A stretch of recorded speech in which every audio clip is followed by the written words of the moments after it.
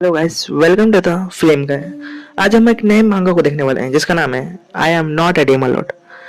तो चलिए शुरू करते हैं।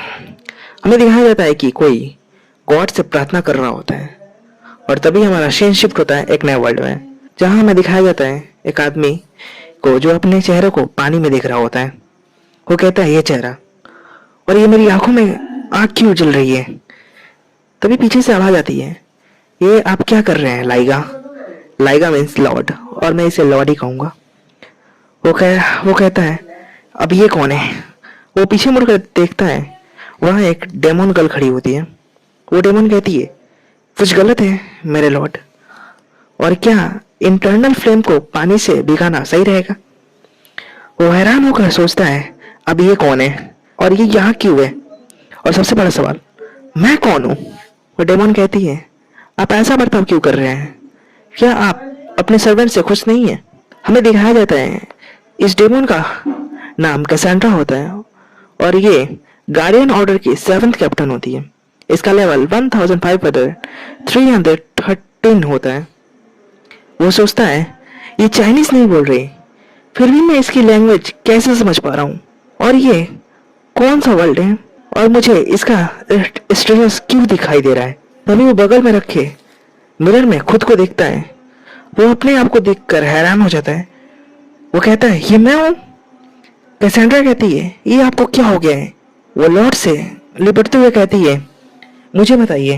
वो कहता है मुझे इसके सिर पर इसका पावर लेवल क्यों दिखाई दे रहा है। ये कोई ड्रामा नहीं है, ये रियल है, और इसका ये पार्ट डेफिनेटली रियल है। तभी कोई कहता है कैसेंड्रा तुम लॉर्ड से ऐसा बर्ताव नहीं कर सकती, अपने आप को काबू में रखो। और मैं दिखाया जाता है इसका नाम नाइरोब्रा होता है और ये द मैजिक आर्मी डिवीजन का 8th गार्डियन होता है और इसका पावर लेवल 1862 होता है। वो सोचता है अब ये कौन है, ये दिखने में कितना ज्यादा क्रीपी है, और मुझे इसके सर पर सेम इसका लेवल और स्टेटस दिख रहा है। कैसेंड्रा कहती है तो साइलेंस नाइरोब्रा, तुम मेरे बीच में इंटरफेयर क्यों करते हो। नाइरोब्रा कहता है क्या आप साफा की वजह से इंजर्ड हो गए हैं मेरे लॉर्ड। ये डेथ लॉर्ड आपके ऑर्डर का वेट कर रहा है, आपकी आर्मी कब की तैयार है। तो सिलेंड्रा कहती है तुम अपने मरे हुए कंकालों को जल्दी से अनसमन करो। नाइरोब्रा कहता है मेरे महान लॉर्ड आप जनरल को मारने के लिए आगे बढ़िए और अपने विक्ट्री को स्वीकार कीजिए। आपको होली सिटी की ओर बढ़ने के लिए एक ब्रेक थ्रू मिल जाएगा। उसका समय अब खत्म हो गया है। जो आप पर डाउट करता है उसके लिए कोई जगह नहीं बनी है। तभी हमारा एमसी कहता है उसे एक स्ट्राइक में ही मार डालो। तभी वो सोचता है ये मैंने क्या कह दिया, ये मेरी आवाज को क्या हो गया है और ये सब चल क्या रहा है यहाँ पर।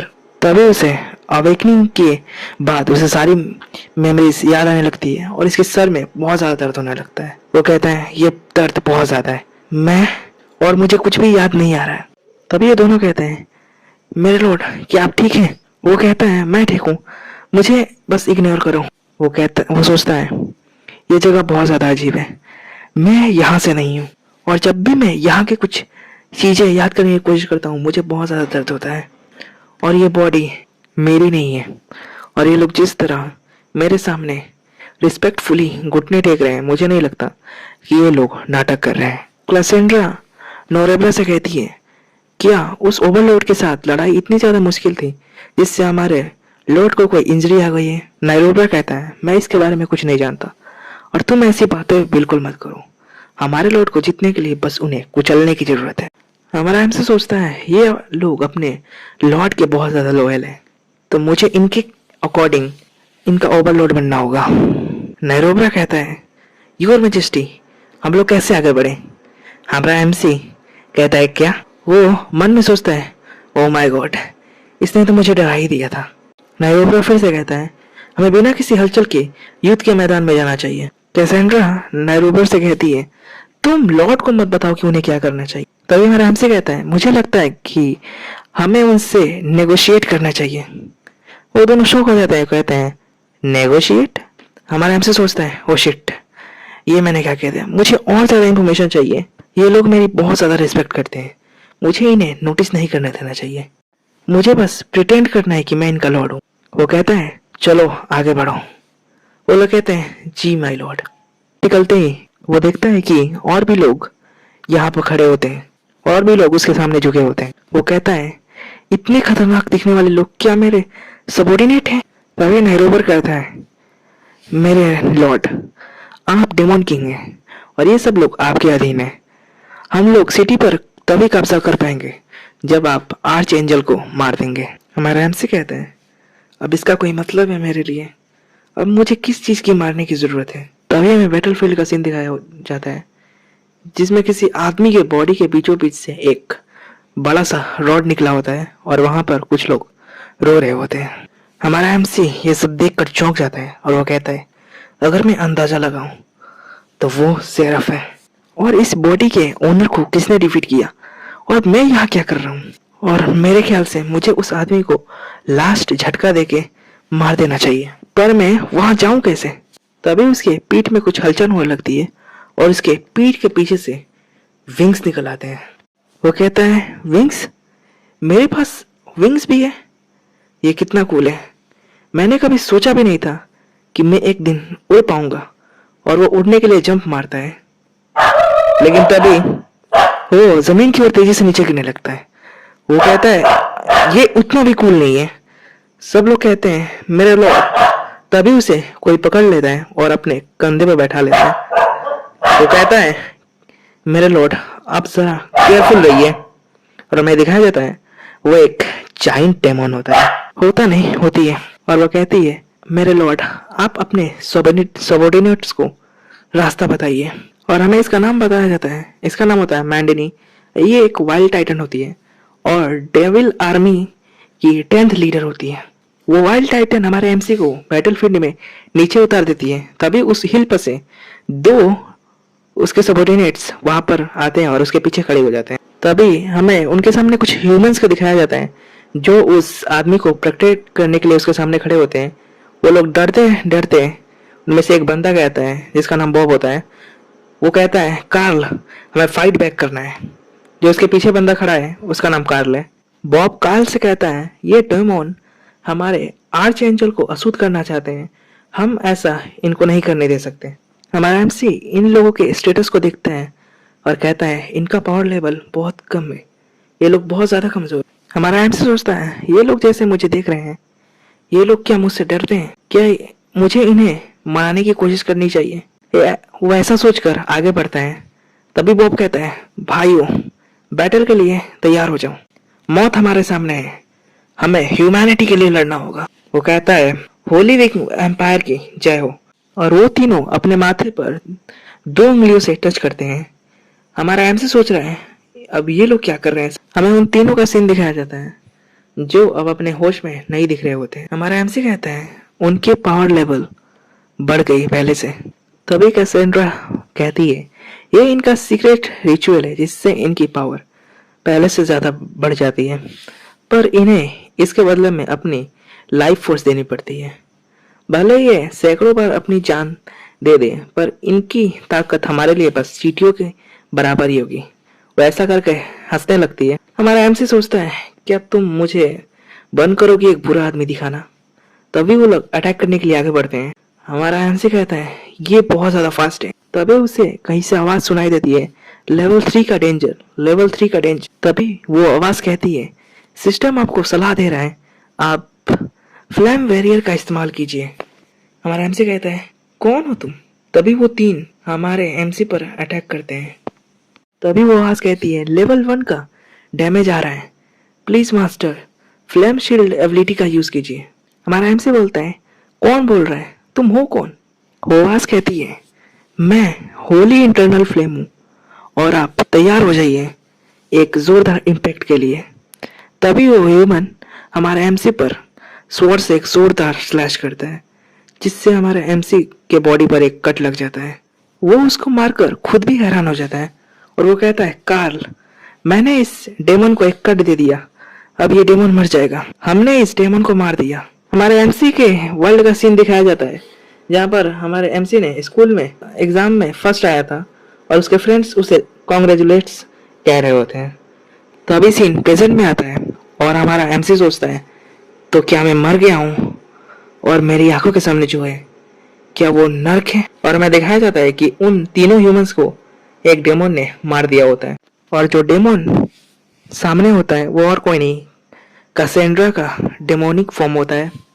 और डेमोनिक फॉर्म में उसकी पावर 30,626 होती है। सब लोग, सारे डेमोन्स पीछे से कैसेंड्रा कैसेंड्रा का नारा लगा रहे होते हैं, और सारे ह्यूमंस इन सब को देखकर डर रहे होते हैं।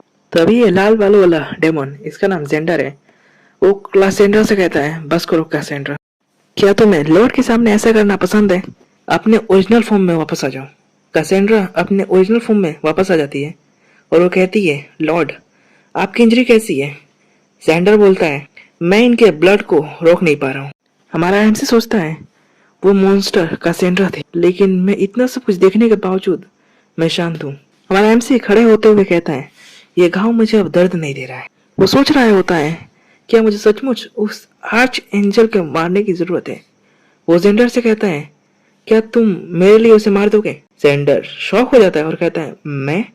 जेंडर कहता है, मैं ऐसा करने की सोच भी नहीं सकता। वो आर्च एंजल देवताओं के स्पीड से ढक दिया गया है, और मेरे लॉर्ड आप एक ट्रू डेमन किंग हैं, और आपके अलावा अगर कोई भी उसे छुएगा तो वही राख में बदल जाएगा। हमारा एमसी कहता है, क्या सच में मैं इतना ज्यादा पावरफुल हूँ? और वैसा कह के आगे बढ़ने लगता है उसकी तरफ। वो आर्च एंजल के पास पहुंच जाता है और वो उसका स्टेटस देखता है। उसका पावर लेवल होता है 36,472। वो कहता है, ये आर्च एंजल बहुत ज्यादा पावरफुल है, ये इंजरी के पहले कितना ज्यादा पावरफुल होगा फिर? मैं इसे पर्सनली नहीं मानना चाहता, लेकिन मेरे पास और कोई रास्ता नहीं है। वो आर्च एंजल हमारे एमसी को देखकर हंसने लगता है और वो कहते हैं, खुद मैजेस्टी आए। हमें इसका नाम बताया जाता है, इसका नाम होता है स्टार्फ, और ये होली विंग का एक आर्च एंजल होता है। हमारा एमसी सोचता है, सेबेस्टियन, क्या इस वर्ल्ड में ये मेरा नाम है? लेकिन ये आवाज कुछ फेमिलियर लग रही है।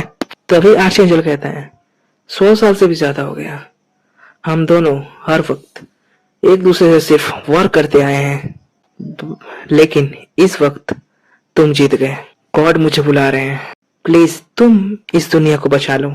हमारा एमसी शॉक हो जाता है और वो कहता है, हे तुम, क्या तुमने मुझे यहाँ बुलाया है? कैसेंड्रा कहती है, हमारे मोनार्च उससे क्या बातें कर रहे हैं, मुझे अपने लॉर्ड की बहुत ज्यादा चिंता हो रही है। जेंडर कहता है, ये दोनों एक दूसरे के ओल्ड ट्राइबल्स हैं, कौन जाने कि डेमन किंग अभी क्या सोच रहे हैं। वैसे भी वो एक आर्च एंजल है, और लॉर्ड को कुछ ही लोग हैं जो टक्कर देने के लायक है। हमें सीन आर्च एंजल का दिखाया जाता है। वो कहता है, बच्चे, मैं नहीं जानता कि तुम कहां से आए हो, लेकिन जब मैंने तुम्हारी आंखों में देखा तो मैं श्योर हो गया कि गॉड ने इस दुनिया को बचाने के लिए तुम्हारी सोल सेलेस्टियन में डाली है। हमारा एमसी कहता है, मैं इस दुनिया को बचाऊंगा? तुम मजाक कर रहे हो ना, तुम मुझसे ही बातें कर रहे हो ना? आर्च एंजल कहता है, इस दुनिया में बहुत वर्षों से सब कुछ बिखरा हुआ है, ये मामला उतना भी आसान नहीं जितना दिखता है। क्या सही है और क्या गलत, इन दोनों के बीच कोई भी बाउंड्री नहीं है। यहाँ तक जस्टिस की आर्मी में भी कोई भी धोखा दे सकता है, और इविल आर्मी में कोई इतना होनर हो सकता है। शायद भगवान ने आपको ऐसी जगह से भेजा है जहाँ पर ग्रे नियम लागू होता है। अच्छाई और बुराई एक दूसरे से जुड़ी हुई है। सेबेस्टियन और मैं इसे हासिल नहीं कर पाए, लेकिन मेरा मानना है कि उसके पास एक प्लान है, और जो तुम्हें सही लगे वही करो। हमारा एमसी कहता है, मैं एक ऑर्डिनरी स्टूडेंट हूँ और मैं वॉर और फाइटिंग के बारे में कुछ नहीं जानता। मेरा वर्ल्ड एक शांत जगह है और मैं इस रिस्पॉन्सिबिलिटी को नहीं संभाल सकता। आर्च एंजल चिल्ला के कहता है, तुम मुझसे भागो मत, सामना करो इसका।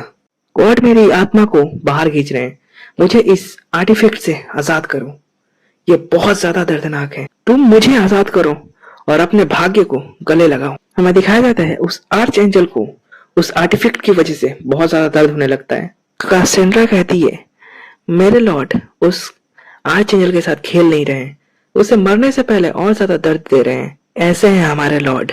जेंडर कहता है, क्या मैंने कुछ गलत समझा? तभी ह्यूमंस कहते हैं, सेबेस्टियन, आप हमारे सेवियर को ऐसे कैसे टॉर्चर कर सकते हैं? सब लोग कहने लगते हैं, तुम बड़े क्रूर हो, बस करो इस सब। हिल पर एक डेमन खड़ी होती है और वो कह रही होती है, ह्यूमंस लॉर्ड सेबेस्टियन को कुछ गलत समझ रहे हैं। उस आर्च एंजल की आत्मा को कुचला जा रहा है। लॉर्ड सेबेस्टियन ने तो उसे अभी तक छुआ भी नहीं। हमारा सीन शिफ्ट होता है आर्च एंजल की ओर और वो दर्द से चिल्ला रहा था और वह कह रहा था, मुझे इससे आजाद करो। हमारा एमसी उस आर्टिफैक्ट को अपने हाथ से पकड़ लेता है और उस आर्टिफैक्ट को अपने रिंग में अब्सॉर्ब कर लेता है। आर्च एंजल हमारे एमसी को बोलता है, तुम्हारा शुक्रिया बच्चे, मुझे तुम पर विश्वास है कि तुम इस वर्ल्ड को एक रहने लायक जगह बनाओगे। भगवान तुम्हारी आत्मा का भला करे। सीन शिफ्ट होता है हमारे एमसी पर। वो कहता है, ये पावर बहुत ज्यादा है, ये मेरे सहन से भी बहुत ज्यादा है। तभी वो आवाज कहती है, मेरे होस्ट, आपने रेलिक को सही तरह से रिकवर नहीं किया है, बची हुई पावर को क्लीन नहीं किया जा सकता। हमारा एमसी बोलता है, तुम फिर से, तुम हो कौन? वो कहता है, मैं इंटरनल फ्लेम हूँ जो आपके लेफ्ट आई में रहता हूँ। हमारा एमसी कहता है, तुम मुझसे बातें कैसे कर रहे हो? फिलहाल के लिए छोड़ो उन सबको, मुझे ये बताओ कि मैं इसे रोकूं कैसे? इंटरनल फ्लेम बोलता है, इस एनर्जी को अब्सॉर्ब करना इम्पॉसिबल है, तो इस एनर्जी को आप बाहर रिलीज कर दीजिए। हमारा एमसी बोलता है, इसे रिलीज कैसे करें? इंटरनल फ्लेम बोलता है, मेरे मास्टर, सिर्फ आप ही जानते हैं कि इसे रिलीज कैसे करते हैं। अपनी बॉडी में इसे फील कीजिए और इसे रिलीज कर दीजिए। हमारा एमसी अपने हाथ को सामने की ओर उठाता है और कहता है, ऐसे, और उसके हाथ से एक जोरदार पावरफुल बीम निकलती है जो सीधे जाके ह्यूमंस की ओर लगती है और जिससे मॉन्स्टर भी पीछे आते हैं और सब लोग इस पावर को देखकर चौंक जाते हैं। वो बीम सैकड़ों इंसानों को मारते हुए सीधे दीवार को हिट करती है। हमारा एमसी कहता है, क्या मैंने सिर्फ यही किया? ओह शिट, ये सही नहीं है। तभी सारे डेमंस और मॉन्स्टर्स नारे लगाने लगते हैं कि हमारे ओवरलॉर्ड की आयु लंबी हो। हमारा एमसी सोचता है, क्या ये अब डेविल्स का वक्त है? क्लाजेंड्रा कहती है, मेरे लॉर्ड, वो बीम बहुत ज्यादा अमेजिंग थी और वो बहुत ज्यादा पावरफुल। सेंडर कहता है, मुझे भी वैसा करना है। हमारा एमसी सोचता है, वो बस एक्सीडेंटली हुआ था मुझसे। वैसे हमारा एमसी का नाम सेबेस्टियन है, तो मैं इससे अब सेबेस्टियन ही कहूंगा। सेबेस्टियन इंटरनल फ्लेम से पूछता है, क्या ये पूरी आर्मी मुझसे बिलोंग करती है? इंटरनल फ्लेम कहते हैं, क्या आपको अभी तक समझ नहीं आया? आप सुप्रीम लीडर हो डेमोनिक आर्मी के। तभी उसे आर्च एंजल की वो बात याद आती है जिसमें वो कह रहा होता है, इस वर्ल्ड को बचा लो। तभी सारे डेमंस सेबेस्टियन के सामने से ह्यूमंस पर अटैक करने के लिए आगे बढ़ने लगते हैं और ह्यूमंस पर अटैक करने लगते हैं। सेबेस्टियन ये सब देखकर हैरान हो जाता है। सेबेस्टियन कहता है, अटैक करने का ऑर्डर किसने दिया? रुक जाओ। इंटरनल फ्लेम बोलती है, जब एनिमी का जनरल मर जाए तो ये आपके द्वारा किया गया नेक्स्ट अरेंजमेंट था, लेकिन अटैक करने के लिए वो ऑफेंसिव साउंड किसने बजाया? मैंने उसका ऑर्डर नहीं दिया। तभी ड्रैगन पर उड़ती हुई हमारे सेबेस्टियन के सामने ये आती है और हमारा सेबेस्टियन कहता है, तो क्या ये था? नॉट डीमन लॉर्ड का फर्स्ट एपिसोड यहीं पर खत्म हो जाता है। और अगर वीडियो पसंद आए तो एक लाइक और कमेंट तो कर ही देना। और मेरी जिंदगी कुछ ज्यादा ही लगी पड़ी है और 2 दिन से चैनल पर इंप्रेशन भी डाउन हो गए हैं, तो आपको इसको सही करने के लिए ज्यादा कुछ नहीं, बस चैनल को सब्सक्राइब और एक कमेंट करने की जरूरत है। तो मिलते हैं नेक्स्ट वीडियो में। Thanks for watching.